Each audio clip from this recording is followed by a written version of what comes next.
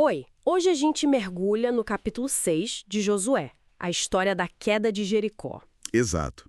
Uma narrativa bem conhecida. A gente começa com o Jericó, né? Uma cidade totalmente fechada, trancada mesmo. Sim, o texto diz que ninguém entrava, ninguém saía. Por causa dos israelitas, claro. O medo era grande. E é nesse cenário que Josué recebe umas instruções bem específicas de Deus, né? Muito específicas. A promessa era entregar a cidade. Mas o jeito de fazer isso era, assim, bem diferente. Marchar ao redor da cidade uma vez por dia. Durante 6 dias. E não era só marchar. Não, tinha toda uma formação. Os homens armados na frente. Depois, os sacerdotes com as trompetas, os chofars, né? Aqueles chifres de carneiro. E a Arca da Aliança logo atrás. 7 sacerdotes com 7 chofars. E a arca, o símbolo da presença divina ali no meio. E aí chegava o 7º dia. E o plano ficava mais intenso. Bem mais.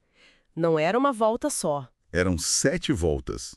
No 7º dia, os sacerdotes tocando sem parar. E aí, num toque específico, um toque longo. O povo todo tinha que gritar. Um grito só. E a promessa era essa. Com o grito, a muralha vinha abaixo. 7 dias, 7 sacerdotes, 7 chofars, 7 voltas. O número 7 está muito presente, né? Totalmente. Sugere que não era uma tática militar comum, mas algo ritualístico, talvez. Exatamente. Josué passa essas ordens direitinho para o povo.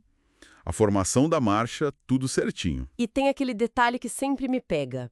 A ordem do silêncio. Pois é, durante os 6 primeiros dias, silêncio absoluto para o povo, ninguém falava nada. Só o som das trombetas, imaginam. Que contraste com o grito final, né? Contraste forte. Esse silêncio forçado por 6 dias acho que reforça a disciplina, a obediência. Faz sentido.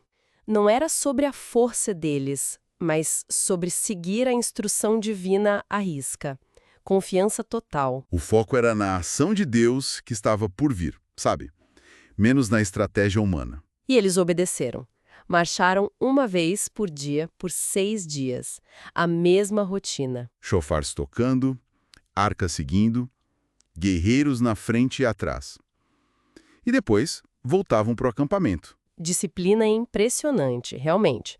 6 dias dessa marcha em silêncio, preparando tudo para o grande final. E aí vem o 7º dia.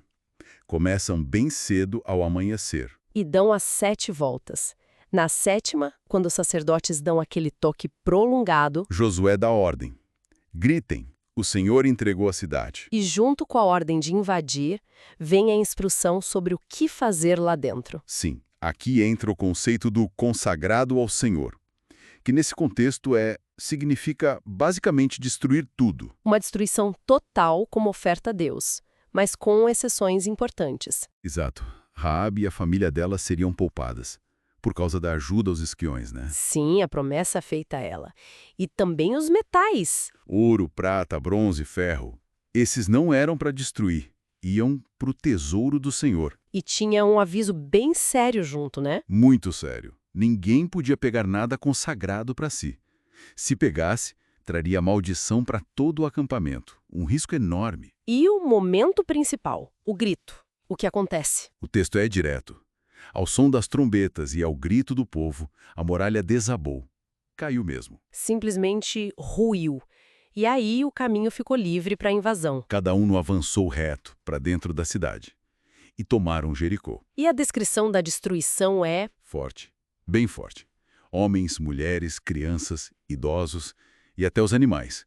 Bois, ovelhas, jumentos, tudo morto à espada. É a execução literal da ordem de consagrar tudo. Exatamente. Mas no meio disso tudo, cumprem a promessa a Raabe. Sim, os mesmos espiões que ela ajudou vão lá e tiram ela e toda a família. Levam para fora do acampamento para segurança. E depois disso? Depois disso, queimam a cidade inteira. Só os metais que já tinham sido separados para o tesouro. O capítulo termina com Josué fazendo algo mais, né? Sim, ele lança uma maldição sobre as ruínas. Uma maldição bem específica sobre quem tentasse reconstruir Jericó. Isso, quem começasse a reconstruir perderia o filho mais velho. E quem terminasse colocando os portões perderia o filho mais novo. Um jeito de selar aquele lugar como dedicado a Deus intocável. Então, resumindo, uma estratégia totalmente fora do comum, baseada em ritual e obediência. Um silêncio que prepara um clímax sonoro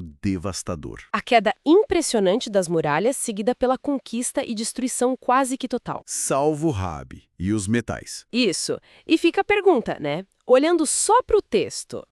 O que essa narrativa sugere sobre como ritual, obediência e poder se conectam aqui? Como esses elementos trabalham juntos para produzir esse resultado, na visão deste capítulo.